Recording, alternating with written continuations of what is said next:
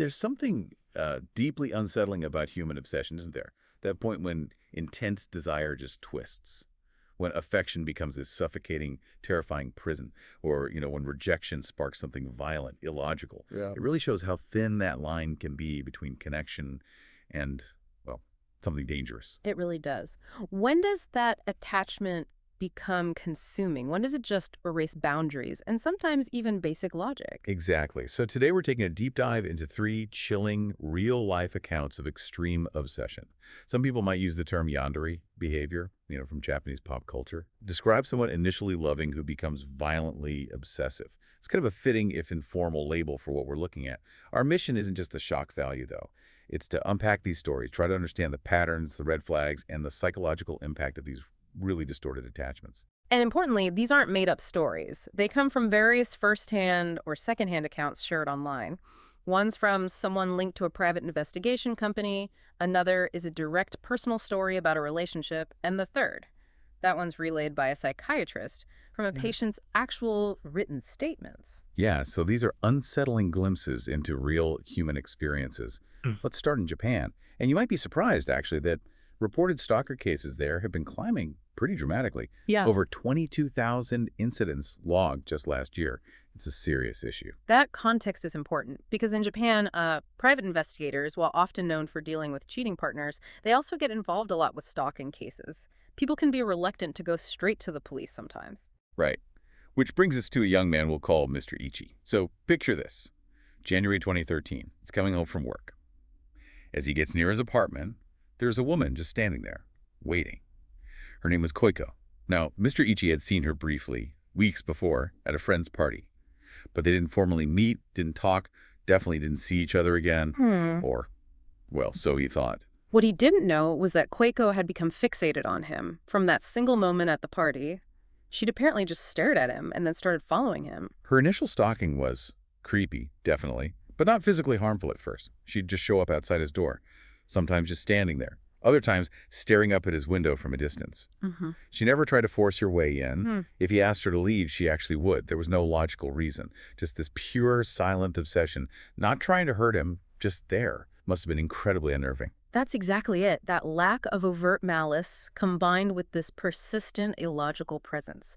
It creates this deep unease, but there's no clear path for what to do. So Mr. Ichi, fed up but maybe not wanting to overreact, he contacts a private eye service. And the advice was pretty clear, just don't engage. The thinking was, this type of stalker often loses interest if you just ignore them. And for a while, it seemed to work. Her visits got less frequent, then stopped completely for about 2 months. Mr. Ichi started to think, okay, maybe it's finally blown over. That quiet period can be deceptive, though. Victims might think the threat's gone, but sometimes the stalker's behavior is just shifting, maybe escalating in ways you don't expect. And escalate it did, big time. It was around 10 p.m., long day at work. Mr. Ichi comes home. He walks into his kitchen, reaches for the light switch, and freezes. There's a shadow, just visible in the faint streetlight filtering in. As his eyes adjust, he realizes it's a person. He flips the switch, and there, standing in his kitchen, is Koiko. He immediately checks the door, the windows. No sign of forced entry. None. That violation, finding someone inside your home, especially without forced entry, it's incredibly traumatizing. It adds this whole other layer of psychological terror. How did she get in?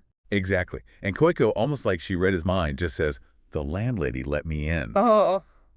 Mr. Ichi was just stunned. It's the first time he'd ever heard her speak. And then it clicked in this horrible way. Koiko must have visited his apartment so often, just hanging around, that the landlady actually thought they were a couple and lent her a spare key. The sheer audacity of that, to build that false reality over time. That's chilling, isn't it? It really highlights the meticulous, almost strategic nature some obsessions can take. It's not just about being near the person. It's about calculated, insidious infiltration of their life, their environment. Mr. Ichi's shock just turns to anger. He starts yelling at her, telling her to get out, makes up having a girlfriend, threatens to call the police, and this. This is the moment everything just goes completely off the rails. Pure insanity. That perceived rejection, even if it's fabricated, it often acts as this devastating catalyst. Any kind of barrier to their obsession can trigger extreme, really unpredictable reactions. So after Mr. Ichi finishes yelling, Koiko just reaches into her handbag, and without any emotion on her face, none at all, she pulls out a knife. Mr. Ichi backs away, terrified. But she doesn't move towards him. Without a word, She slowly brings the knife up and starts repeatedly slicing her own wrist. Blood goes everywhere, all over his kitchen. Using self-harm as a weapon like that, Yeah. it's a deeply disturbing form of manipulation. It's designed to inflict guilt, to make the victim feel responsible, twisting the whole situation onto them. Yeah. And despite everything, Mr. Ichi rushes her to the hospital. Koiko survived, but he didn't stay. He just split. Hmm. Months go by. He has some financial trouble, and there's this weird, unsettling guilt hanging over him, so he ends up moving away from Tokyo, back to his own town, living with his parents again. And that guilt thing, that's classic psychological manipulation, right? Making the victim feel like it's somehow their fault. He never told anyone the real reason he moved back, not even his family. Exactly. Inducing guilt ensures the stalker maintains a presence, even when they're not physically there. The victim starts questioning themselves. It's an insidious way to keep control. Now, you'd think moving away, cutting contact, that would be the end. But the real insanity, that happened after he moved back home. It's been about 6 months since he relocated. One evening, late, Mr. Ichi walks into his parents' house. He hears them talking to his older brother, who he didn't see that often. But there's another voice, a woman's voice. And it sounds familiar. Yeah. He walks into the living room. A woman stands up. Mr. Ichi just stands there, mouth open, absolutely terrified. His mom, smiling, says, "Oh, welcome home. This is Koiko. She's going to be your sister." Koiko smiles at him. "Nice to meet you, Ichi." She's engaged to his brother, and she's 2 months pregnant. This is just next level. It's a chilling masterclass in psychological infiltration. It shows how the most terrifying obsession isn't just physical stalking. It's this relentless, insidious dismantling of the victim's entire world, their safety, their reality, leaving them with absolutely no escape, not even within their own family. She tracked down his family, his new hometown, and somehow managed to weave herself right into his inner circle, embedded herself completely. It's a genuine nightmare scenario. He did try, eventually, to tell his parents privately. He even pointed out the scars on Koiko's wrist from that night. But they sided with the elder brother, their favorite son. He never confronted his brother about it directly, figured it would just end in a fight. So in the end, Mr. Ichi requested a transfer through his company, moved to the USA, just to get away, put an ocean between them. And the family's failure to see the danger, his isolation, it just compounds the trauma. It shows how deeply the stalker became entangled in every single part of his life. He had to completely uproot himself to find any sense of peace. A truly unsettling story, and it brings us to a different, maybe even more insidious kind of obsession, one that twists quietly inside a relationship. This one is told from the victim's perspective. Yeah, this form can be particularly tricky because it often starts under the guise of love or deep affection. It makes those early warning signs much harder to spot or even confront when you're in the middle of it. So the person telling this story said his ex-girlfriend, Haruka, seemed kind initially. That's why he started dating her.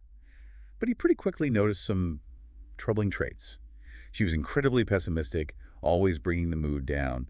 He actually suspected she might have borderline personality disorder. Which is often characterized by intense emotional instability, a real fear of abandonment, and very volatile relationships.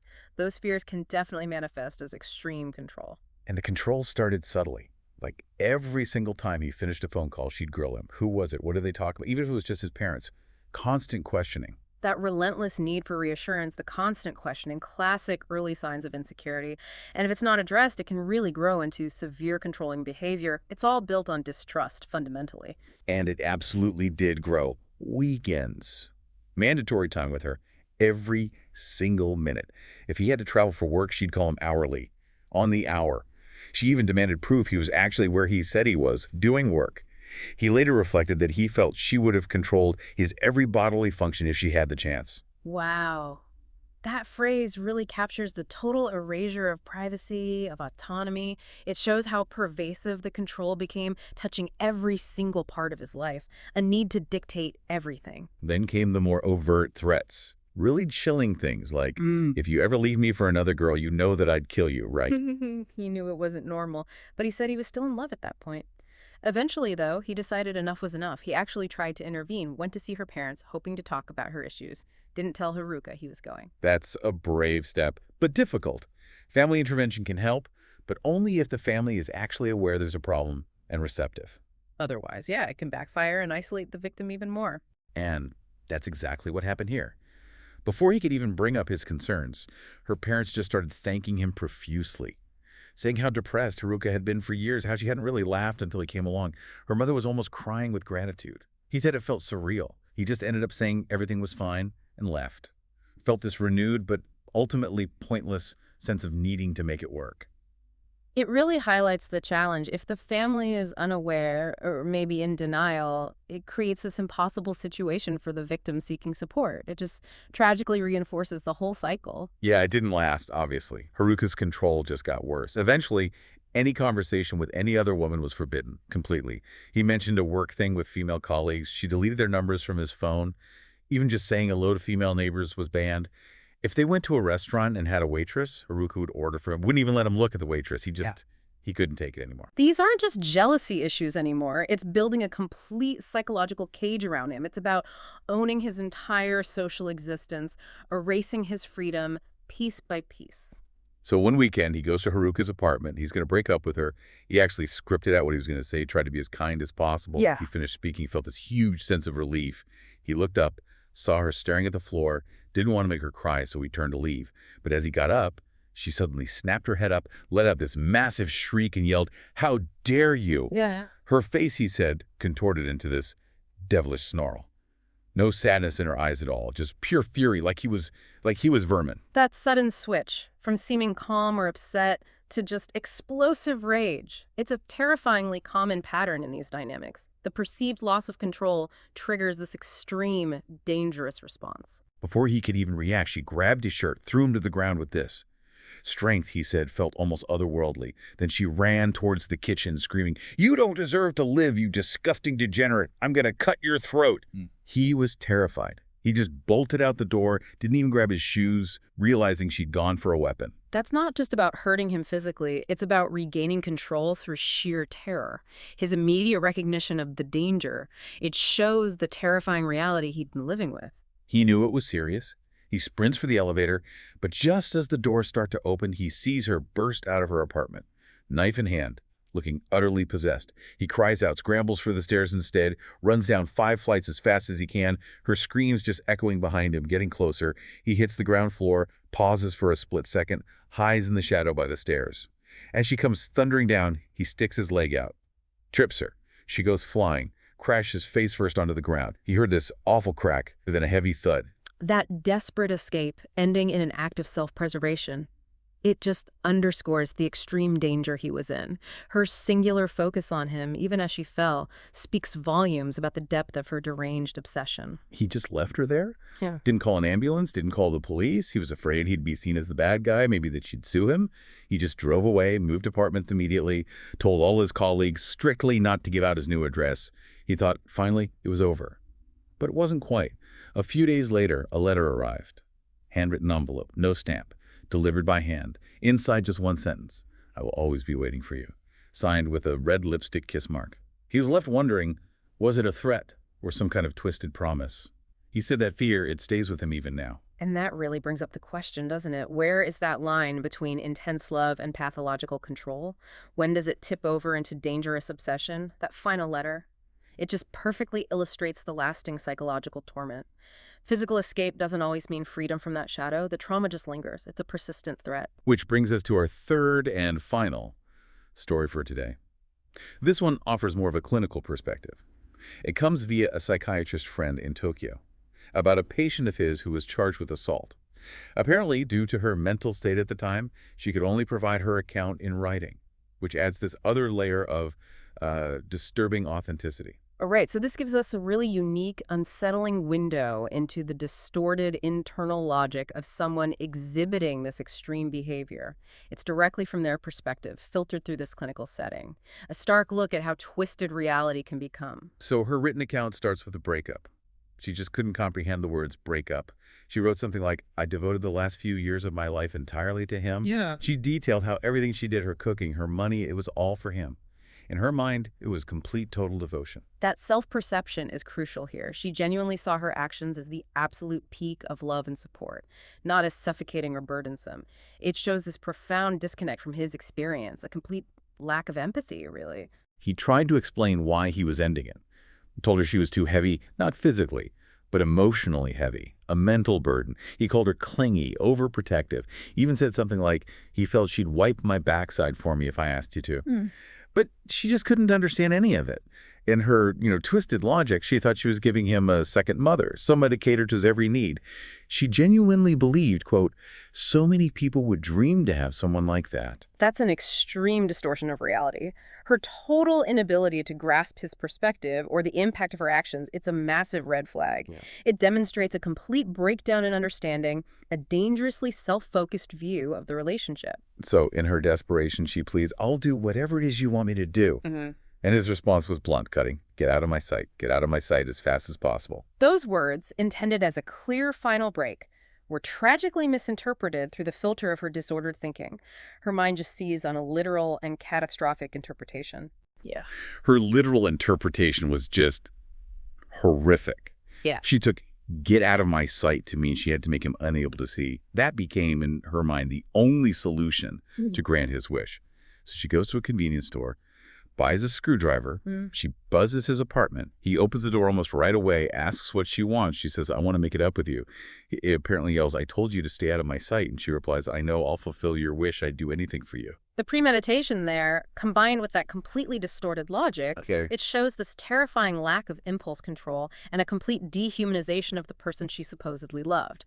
Her love became the justification for horrific violence. And with that, she pulled the screwdriver from her pocket and plunged it straight into his right eye. As he was, on the floor in agony, she wrote that she didn't want him to suffer long. So she got on top of him, brought the screwdriver down again. It missed his left eye, slid into his cheek first, but then, she writes, it wasn't too difficult to slide the tool along his face and into the socket. The sound it made. She described it as a squelch, and she wrote that she thought that sound was cute, just like him. Mo.